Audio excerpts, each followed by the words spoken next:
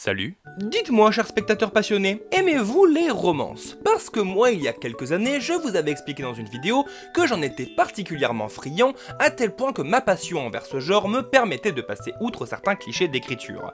Sauf que désormais, ma posture à ce sujet a quelque peu changé. En effet, cela fait quelque temps que je me désintéresse de plus en plus de ce genre de série. Non pas parce qu'il n'y a plus aucune bonne romance, car clairement ce n'est pas le cas, mais surtout en raison d'une forme de lassitude du genre qui, je trouve, ne se renouvelle pas assez, notamment chez certains animés très voire trop fainéants que j'ai pu voir, dans lesquels on peut retrouver une multiplication de couples sans saveur, une surenchère de complications inintéressantes et de fausses profondeurs, du fanservice très lourdingue et malsain, et une esthétique toujours plus fade et impersonnelle.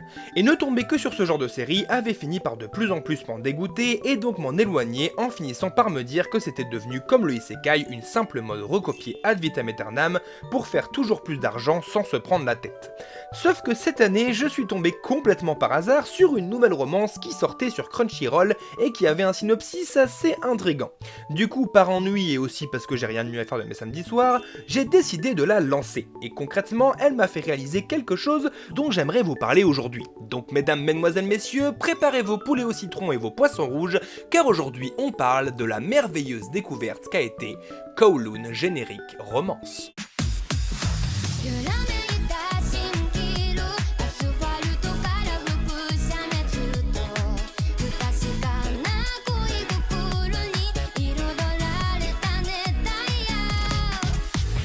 Donc, Kowloon Générique Romance est un animé débuté le 5 avril 2025 et conclu le 28 juin de cette même année pour un total de 13 épisodes. Il est l'adaptation du manga de Jun Mayuzuki, sorti en 2019 au Japon et en 2021 en France, une mangaka à qui on doit aussi Après la pluie, un manga que je ne connais pas du tout. Du côté de la réalisation, on retrouve Yoshiaki Iwasaki, à qui on doit We Never Learn, Love Ina, Okasan Online et Sky Girls. Du côté du scénario, on retrouve Jin Tanaka, à qui on doit le film One Piece 3D2Y, Date Life saison 1 et 2, Oshinoko et aussi Yuru Camp. Et enfin, du côté du studio, on retrouve Arvo Animation, à qui on doit We Never Learn, Monster Girl Doctor, The Vampire Cosmonaut, et aussi A Returns Magic Should Be Special, un titre absolument horrible à lire. Donc on a une équipe spécialiste en romance et en trucs un petit peu plan-plan, ce qui est rassurant d'un côté puisqu'ils ont l'habitude des romances, mais inquiétant de l'autre car il y a clairement pas que du bon là-dedans. Du coup, pour mieux savoir dans quoi on se lance, penchons-nous sur le synopsis de la série qui m'avait suffisamment intrigué pour que je me lance dans son visionnage. Donc Kowloon nous raconte l'histoire de Reiko Kujirai, une jeune agente immobilière dans la douce ville de Kowloon, une cité complètement en ruine qui a d'ailleurs réellement existé et a été démolie au début des années 90. Bref, Reiko est secrètement amoureuse de son collègue Kudo, qu'on suspecte également d'avoir des sentiments pour elle. Tout va donc pour le mieux dans le meilleur des mondes, jusqu'à ce que notre héroïne se fasse reconnaître sous les traits de l'ex-fiancé de Kudo par le serveur d'un café inconnu jusqu'alors. Reiko, décontenancée par cette expérience, va progressivement se rendre compte qu'elle vit dans l'appartement de cette fameuse ex, mais surtout que cette dernière est décédée dans d'étranges circonstances et qu'elle ait son portrait craché, allant jusqu'à carrément avoir le même prénom et nom de famille que cette dernière. Ainsi, nous allons suivre au cours de ces 13 épisodes la quête de Reiko pour savoir pourquoi elle est l'apparente réplique de cette femme défunte et quel est le rôle de Kudo dans toute cette histoire. Alors vous l'aurez sûrement remarqué, mais la romance n'est clairement pas l'aspect central de l'intrigue de Kowloon. Et pour cause, cette dernière se concentre avant tout sur le mystère autour de cette étrange similarité entre Reiko et l'ex-fiancé de Kudo que l'anime nomme d'ailleurs Kujirai B, ou sur la nature de la ville de Kowloon qui a un énorme prisme au-dessus d'elle en permanence. Donc oui, le focus de la série c'est avant tout la science-fiction et le mystère. Des éléments qui sont par ailleurs très bien gérés puisque dès qu'on a un début de réponse à un mystère, c'est 15 autres questions qui se posent dans la foulée, ce qui fait qu'on a systématiquement une question en tête pendant le visionnage de cette série, et qui en plus auront tous des solutions plausibles et révélées subtilement, et pas avec 5 minutes d'explication pompeuse, donc sur ça va, c'est très bien réussi. Mais quid de la romance? Puisque je vous ai parlé d'animé de romance dans l'intro, c'était que du mytho du coup ou... N'es-tu qu'un infect connard qui ne tient pas ses promesses? Bien sûr que non, cher spectateur, je suis un infect connard qui tient ses promesses, car si vous avez regardé la vidéo sur Mihiruko-chan, vous savez que les genres sont cumulables, ce qui implique que Kowloon peut parfaitement être une série de science-fiction / surnaturelle et en même temps une série romantique, comme Mihiruko-chan était à la fois horrifique et slice of life, et Dandadan est à la fois action surnaturelle et romantique. Et ça tombe bien car la relation entre Kudo et Reiko Reiko est intrinsèquement lié à toute la partie surnaturelle de l'anime, puisque le mystère principal est basé autour de la similitude entre Reiko, la nouvelle compagne de Kudo, et Kujiraibe, son ancienne. Et ça, on peut l'étayer assez facilement avec l'interrogation principale que se pose Reiko dans l'anime, à savoir que si Kudo l'aime, est-ce que c'est pour ce qu'elle est elle, ou parce qu'elle ressemble et lui rappelle son ex-fiancé? Une question qui peut sembler assez anodine et peu importante, sauf que ce n'est absolument pas le cas, bien au contraire, c'est cette question qui va nous amener et amorcer pas mal d'éléments qui font le charme de la série. Et comme je suis quelqu'un de super sympa, on va voir lesquels dans cette vidéo. Merci beaucoup, enfin, je crois. Alors l'intérêt principal de ce questionnement, c'est de donner de l'intérêt et de la profondeur à notre couple principal. Car si vous me connaissez bien, vous savez qu'il y a un truc que j'adore dans une relation interpersonnage, c'est quand elle est paradoxale, voire carrément impossible. Comme par exemple avec celle entre Laura et Nikki dans City Hunter, où Nikki ne peut être avec Laura car elle serait en danger en sa compagnie, et Laura ne peut prendre le risque de perdre sa seule famille en la présence de Nikki. Sauf que les deux s'aiment beaucoup trop pour décider de complètement stopper leur relation, ce qui fait qu'on demeure dans une situation paradoxale où ils ne peuvent ni se quitter ni se mettre ensemble, bloquant complètement toute évolution. Et c'est pile ça que j'adore, et c'est exactement ce qu'on retrouve avec ce questionnement entre Reiko et Kudo. Mais non! Mais hasard de dingue! En effet, notre couple central se trouve dans une forme d'impasse, car certes les deux s'aiment, ça se voit, je veux dire ils disent clairement ne pas pouvoir vivre l'un sans l'autre, et ils flirtent de façon assez évidente, et ils vont même carrément coucher ensemble, donc clairement pour s'aimer, ils s'aiment. Sauf qu'il y a un obstacle à leur beau et grand amour, et cet obstacle c'est bien évidemment Kujiraibe. On ne prononce pas son nom. En effet, cette chère demoiselle pose souci par sa ressemblance avec Reiko et son ancienne relation avec Kudo qui viennent complètement perturber la psyché de nos tourtereaux.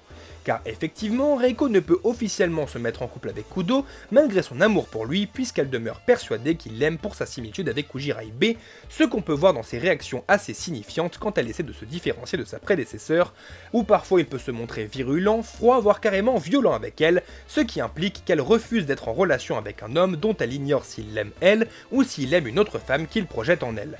Et c'est le même type de dilemme qu'on a avec Kudo, qui lui sait qu'il doit s'éloigner de Reiko, puisqu'elle ne fait que réveiller en lui la souffrance et le regret de sa relation passée, mais dans l'autre sens, il ne peut s'empêcher de l'aimer pour ce qu'il aimait chez son ex-fiancé et ce qu'il découvre chez elle, à savoir les éléments imprévisibles de sa personnalité.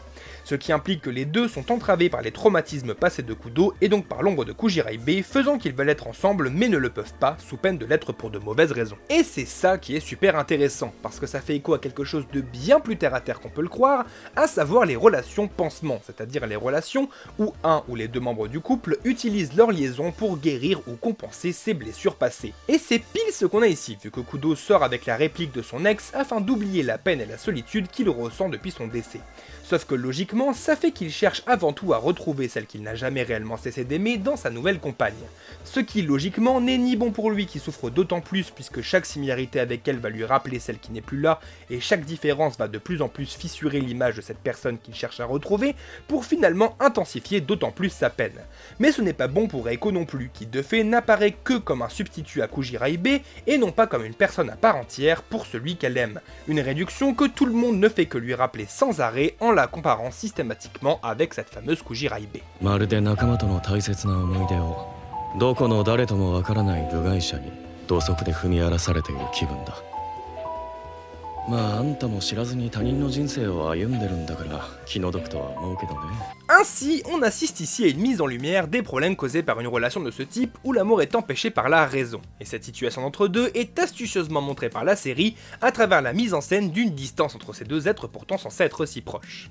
Effectivement, tout au long de l'anime, on remarque chez notre couple une forte alternance entre les moments de tendresse et d'amour, comme par exemple quand Kudo demande à Reiko de rester à ses côtés pour toujours, et ceux de froideur et d'hostilité, comme avec sa réaction face à ses boucles d'oreilles. De plus, le récit insiste énormément sur les incompréhensions de l'un vers l'autre et par extension sur leur difficulté à se mettre dans la tête de l'autre.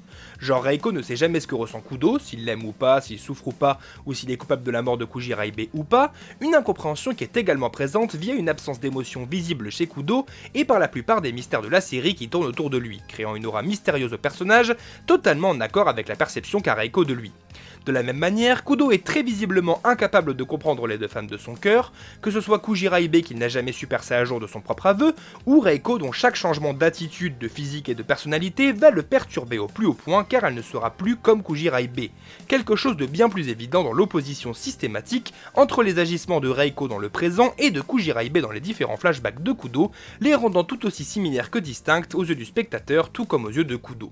Ainsi, malgré leur rapprochement émotionnel palpable, le fossé entre nos deux loustiques se fait de plus en plus visible, illustrant astucieusement l'impasse vers laquelle ils se dirigent et le paradoxe de leur situation. Malinx le lynx. Mais attention, ce n'est pas parce que ce couple a des aspects problématiques qu'il n'est que nocif pour ses deux membres. Et justement, cette relation va avoir une certaine utilité dans l'évolution de nos deux personnages et dans l'évolution des thématiques de l'anime, donc voyons cela personnage par personnage en commençant par notre chère Reiko. Alors, comme on l'a dit plus tôt, Reiko est littéralement envahie par l'image de Kujiraibe, une présence qui certes va l'empêcher de concrétiser avec Kudo, mais qui va surtout la mener à diverses interrogations à partir du moment où elle va découvrir cette ressemblance. Des questionnements du genre, est-ce qu'elle aime Kudo parce qu'elle aime Kudo, ou parce que Kujiraibe aimait Kudo? Est-elle ce qu'elle est car elle est ainsi, ou parce que Kujiraibe était ainsi? Et finalement, est-elle elle-même, a-t-elle la liberté d'être qui elle veut, ou n'est-elle qu'une pâle copie de cette femme qu'elle n'a jamais connue, destinée à n'être que comme son modèle? Des questionnements existentiels qui vont servir de moteur au récit, puisqu'ils sont une parfaite raison pour que notre héroïne cherche la vérité sur Kujiraibe et sur la ville de Kowloon, mais ils vont également servir de base au développement de Reiko, qui reposera sur une quête identitaire. J'ai rien capté. Plus simplement, Reiko, suite à cette découverte, va remettre en question tout ce qui fait ce qu'elle est, et donc son objectif va être de tenter de définir ce qui fait partie d'elle-même afin de ne plus vivre dans l'ombre de quelqu'un d'autre. Donc globalement, elle veut devenir ce qu'elle appelle la version absolue d'elle-même. Pour cela, elle va avant tout fonctionner par dissociation en repérant ce qu'elle a comme caractéristiques différentes de son modèle et en tentant de les développer au maximum.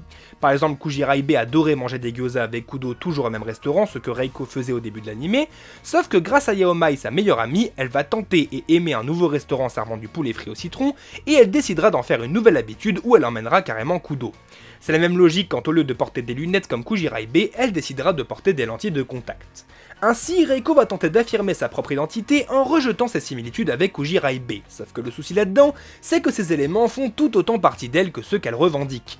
Et ça, elle va être forcée de s'en rendre compte suite au rejet de Kudo, aux comparaisons de ceux qui ont connu Kujiraibe, et aux fantômes que Reiko s'imagine de cette dernière, présents un peu partout où elle vit, car peu importe où elle va, son modèle y était avant elle. Et ça, c'est parce qu'en rejetant ces similitudes, elle continue à vivre à travers elle. Et c'est là qu'on en revient à notre fameuse situation paradoxale de tout à l'heure, puisque pour ne plus être comme Kujiraibe, Reiko doit se dissocier d'elle, sauf qu'en faisant cela, elle ne fait que d'autant plus vivre à travers elle, voire n'en être que plus proche, comme quand elle finit par choisir les mêmes boucles d'oreilles qu'elle. C'est donc une situation complètement insoluble qui va tourmenter notre héroïne durant toute la série, sauf qu'elle n'est clairement pas la seule, puisque globalement, tous les personnages sont dans le même genre de cas. Par exemple, Yaomai veut également être la version absolue d'elle-même libérée de l'emprise de sa mère, mais elle le fait en reniant et en fuyant celle que sa mère avait fait d'elle, quitte à carrément changer de physique, faisant qu'elle continue systématiquement de vivre à travers le regard de sa génitrice.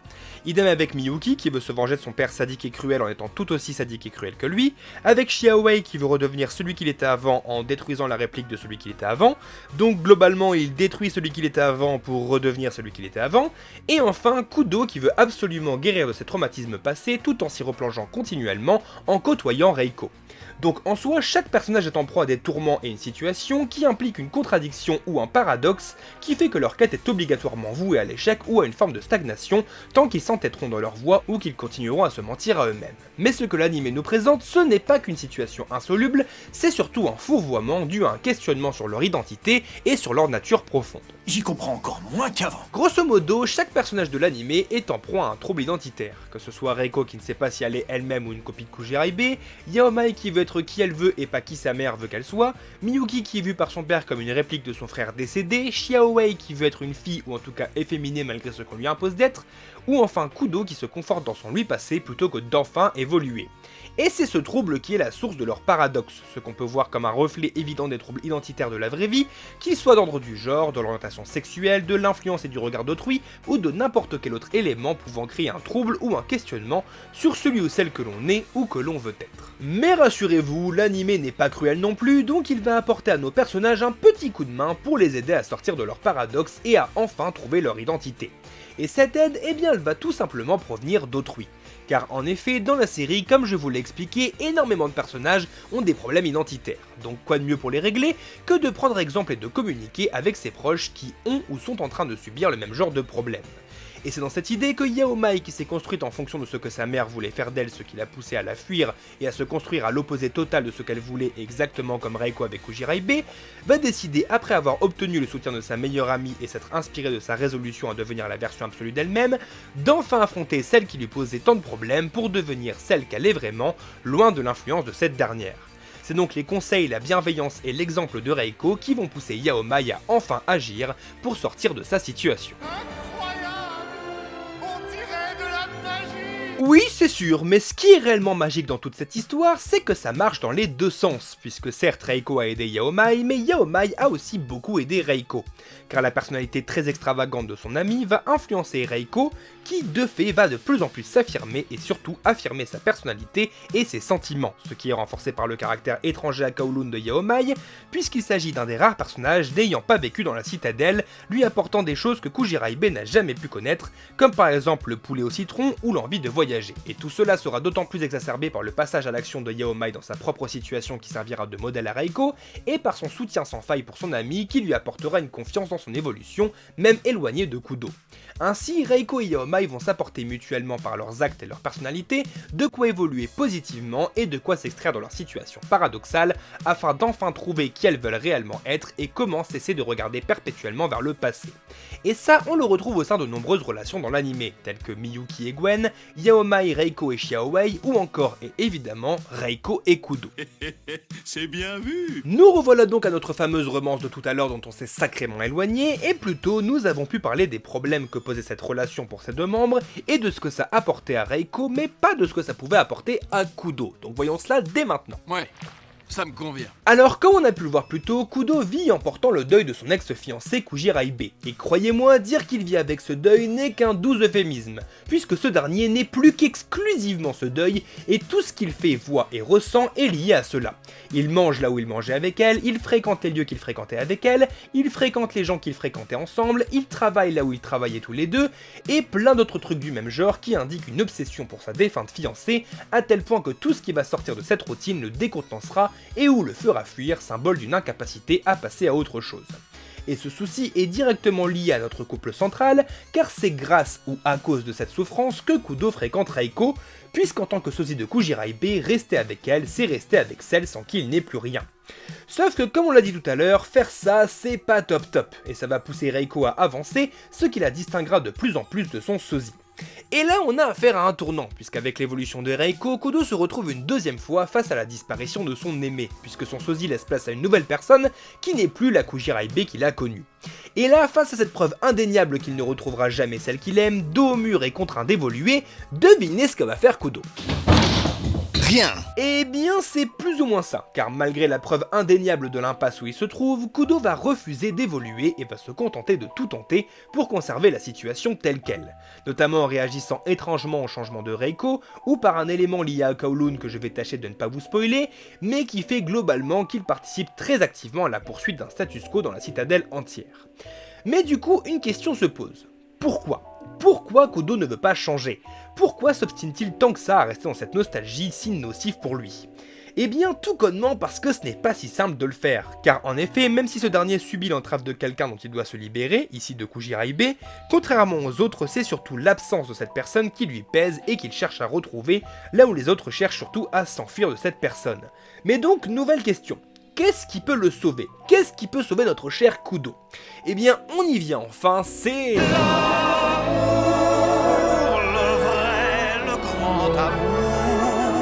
Effectivement, même si cette relation est partie sur des bases très nocives avec un Kudo qui se sert de cette relation comme un pansement à sa souffrance, cette dernière va finir par devenir bien plus positive pour ses deux protagonistes, notamment quand Reiko va décider de se dissocier un maximum de Kujiraibe. Au départ, cette décision va irriter Kudo et le faire fuir cette relation, car comme on l'a dit, il ne s'intéresse à Reiko que parce qu'elle est la copie de sa fiancée. Donc logiquement, si elle s'éloigne de son modèle, elle perd de son intérêt à ses yeux et lui fait revivre la disparition de sa chair et tendre, et ça, c'est pas cool. Mais très vite, cette irritation va se muter en curiosité pour cette fille qui ressemble tant à Kujiraibe sans réellement être elle, et ça on peut le voir par le fait que de temps en temps, il va sortir de sa zone de confort pour elle, comme par exemple quand il finit par accepter de tester le nouveau restaurant de Reiko. Et enfin, ça va finir par lui plaire, le faisant pleinement tomber sous son charme à la fin de la série, et non plus de l'image de Kujiraibe qu'il voyait en elle, récompensant les efforts de Reiko pour devenir la version absolue d'elle-même. Excuse-moi, mais quel rapport y a-t-il avec l'épisode qui nous intéresse aujourd'hui? Eh bien tout simplement, l'évolution de cette relation va représenter l'évolution psychologique de Kudo dans son deuil sous l'influence de Reiko. Tout d'abord, il cherche en Reiko la femme qu'il aime et le temps qu'elle se conforme à cette image, il oublie sa peine. Ensuite, Reiko change, lui rappelant la disparition de sa chair et tendre, ce qui le force à être confronté à la situation. Ensuite, il commence progressivement à accepter une vie sans elle en apprenant à mieux connaître Reiko, et enfin, il tourne enfin la page en aimant pleinement Reiko dans ses similitudes et dans ses différences avec Kujiraibe. C'est mortel! Ouais, c'est mortel! Mais au-delà de simplement passer par cette relation, l'évolution de Kudo passe également à travers la citadelle de Kowloon en elle-même, qui agit comme une prison nostalgique durant tout le récit, ce qui passe par les OST qui transmettent bien cette idée, ou par les lieux et les habitants uniquement composés de ceux que Kudo connaissait avec Kujiraibe, à 2-3 détails près. Puis progressivement la citadelle va se dégrader, suivant l'évolution de nos héros pour finalement se détruire complètement, les libérant de ce passé si entravant pour eux. Sauf que tout cela n'est pas simplement esthétique mais également narratif, puisque Kudo va directement observer l'évolution de Reiko et la dégradation de sa prison nostalgique, le poussant à imiter cette évolution et enfin trouver la force d'affronter son pire ennemi, lui-même. Oh mon Dieu! Et ouais, car dans le dernier épisode, notre protagoniste va devoir faire face à sa culpabilité pour enfin accepter de se pardonner et de passer à autre chose, d'enfin tourner la page en tombant réellement sous le charme de Reiko et non plus de l'image de Kujiraibe qu'il voyait en elle, montrant définitivement que l'évolution psychologique de Kudo est influencée et incarnée par sa romance avec Reiko. Même pas une petite standing ovation. Quand même, vous auriez pu. Et ça, figurez-vous que c'est super cool, parce que ça représente parfaitement ce que je voulais vous expliquer dans cette analyse, car pour moi, Kowloon est le meilleur exemple de ce qu'il faut faire pour faire une bonne romance, parce que oui, c'était un peu ça le sujet de la vidéo. À savoir, ne pas se reposer sur la romance en osant mixer avec d'autres genres et faire une histoire complète, avoir une atmosphère unique qui se distingue des autres, avoir un sujet qui sera le centre du récit et donc de la relation de couple, avoir de bons personnages principaux bien construits et attachants pour tenir le spectateur, avoir des personnages secondaires liés aux personnages principaux et utiles à leur développement, et enfin, avoir une romance qui développe et est bénéfique aux personnages pour leur donner de l'intérêt et non leur en retirer. Et toutes ces choses participent grandement à l'affection que je porte à la série qui m'a franchement surpris en proposant bien plus que toutes les romances moisies et peu inspirées sur lesquelles je tombe chaque saison, et qui croient que juste mettre une histoire d'amour suffit à faire une bonne romance, alors que spoiler non, on le voit bien avec Kowloon, c'est pas si simple, il faut être bien plus consciencieux et inventif pour réussir à faire cela, car là on a juste vu le côté romantique, mais l'animé a bien plus à offrir que ce que je vous ai expliqué. Du coup, voir Kowloon m'a permis d'autant plus de me rendre compte du néant abyssal des romances que je voyais régulièrement en comparaison à ce que je regardais, mais paradoxalement, ça m'a aussi et surtout permis de constater que les romances de maintenant n'étaient pas nulles du tout en fait. J'irais même plus loin, ça m'a également fait réaliser que les isekai de maintenant, ils étaient pas si nazes que ça en fait. Il y a quelque chose qui va pas là. Pas de panique, ne vous en faites pas, je ne suis pas devenu complètement cinglé, vous allez voir, tout est parfaitement logique. En fait, avant de voir Kowloon, comme je vous l'avais expliqué, je ne voyais que des romances peu inspirées et fades, ce qui me faisait remettre en question la qualité du genre en lui-même, devenant l'astuce facile pour attirer de l'audimat en reproduisant le schéma que j'ai présenté en intro. Donc le souci venait des romances. Sauf que j'avais complètement tort. La qualité de Kowloon sortie cette année prouve indubitablement que les romances de qualité ça existe toujours juste sous nos yeux, et qu'on n'y prête tout simplement pas attention ou qu'ils ont moins de succès.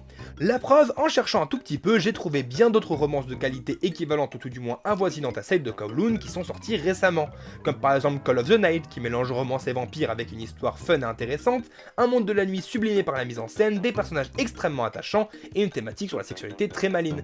Witchwatch avec un humour et une créativité très rafraîchissante qui transforme chaque épisode en une surprise et un shot de positif qui sont vraiment agréables à prendre. Dan où on fusionne romance et surnaturel pour un univers tout aussi barré que la relation principale est réussie et que les personnages sont attachants. Et enfin, en un peu moins connu, Bottom Tier Tomozaki à qui j'ai carrément dédié une vidéo. Bref, il y a tout un tas d'excellentes romances sous nos yeux et juste on ne les remarque pas ou peu, tout simplement parce que ce genre fusionne. Il mute pour se greffer à d'autres genres afin de diversifier ses récits et apporter un peu de fraîcheur. Genre Kowloon c'est de la science-fiction surnaturelle, Call of the Night c'est de l'horreur un petit peu légère, Witchwatch c'est de la sorcellerie et de la comédie, Dandadan c'est du neketsu surnaturel, mais au final tout ça reste des romances où la relation de couple est au cœur de l'œuvre. Et je pense que le souci que j'ai eu, l'erreur que j'ai commise, c'est de prendre pour une généralité les animés auxquels je portais attention et qui n'étaient souvent pas les meilleurs, car certes il y a des tas de super romances qui sortent à chaque fois, mais il y a autant, voire plus de romances complètement foirées, comme par exemple One Lemon Soda, Rent the Girlfriend, Girlfriend x Girlfriend, A Couple of Cuckoos, ou encore ce truc qui est en train de sortir au moment où je suis en train de faire cette vidéo. Mais il y a une raison à cela. En fait, plus le temps passe, plus il y a d'animés qui sont produits. Il suffit de comparer avec les sorties des années 80-90, la différence est absolument flagrante. Sauf que plus d'animés produits ne veut pas forcément dire qu'on a plus de bons animés, juste qu'il y en a plus. Et comme les romances cartonnent, on a beaucoup d'animés qui vont simplement essayer d'en reproduire les codes le plus simplement et le plus économiquement possible avec peu d'efforts pour juste en produire le plus sans avoir forcément d'objectif artistique. Donc logiquement, il y a plus de romances, mais beaucoup dans l'eau ne sont là que pour coller à une mode. Et c'est là que nous, spectateurs, nous devons faire attention et valoriser ceux qui valent vraiment le coup et vont plus loin que ce simple recopiage. D'accord. Et figurez-vous que c'est exactement pareil avec les isekai, il y en a de plus en plus à cause de la popularité du genre, souvent avec le minimum syndical faisant qu'on est noyé par la médiocrité, on va pas se mentir, alors qu'au final, chaque saison il y a des tas de très bons isekai qui sortent. Et autant pour les romances on n'est peut-être pas nombreux à avoir fait l'amalgame, autant pour les isekai je suis sûr qu'on est pas mal vu le nombre de gens qui méprisent complètement ce genre. Ah, il a pas tort, il a pas tort. Du coup, bilan de tout ce qu'on a vu, grâce à Kowloon, on a pu constater que déjà l'animé est super cool, c'est à noter, mais aussi et surtout qu'il ne faut pas tomber dans le piège des amalgames en faisant de quelques cas une généralité, et donc de croire un genre foutu à cause d'une majorité visible et médiocre, alors qu'elle n'est que la face émergée d'un iceberg dont les bons éléments n'attendent que d'être cherchés et découverts. Alors chers amis, qu'il s'agisse de romances ou d'isekai, soyons malins et ne nous laissons pas aveugler par les apparences, car il ne dépend que de nous de dénicher et de mettre en lumière les vrais bijoux de ces genres souillés pour redorer leur blason et enfin voir ce qu'ils ont réellement à nous offrir.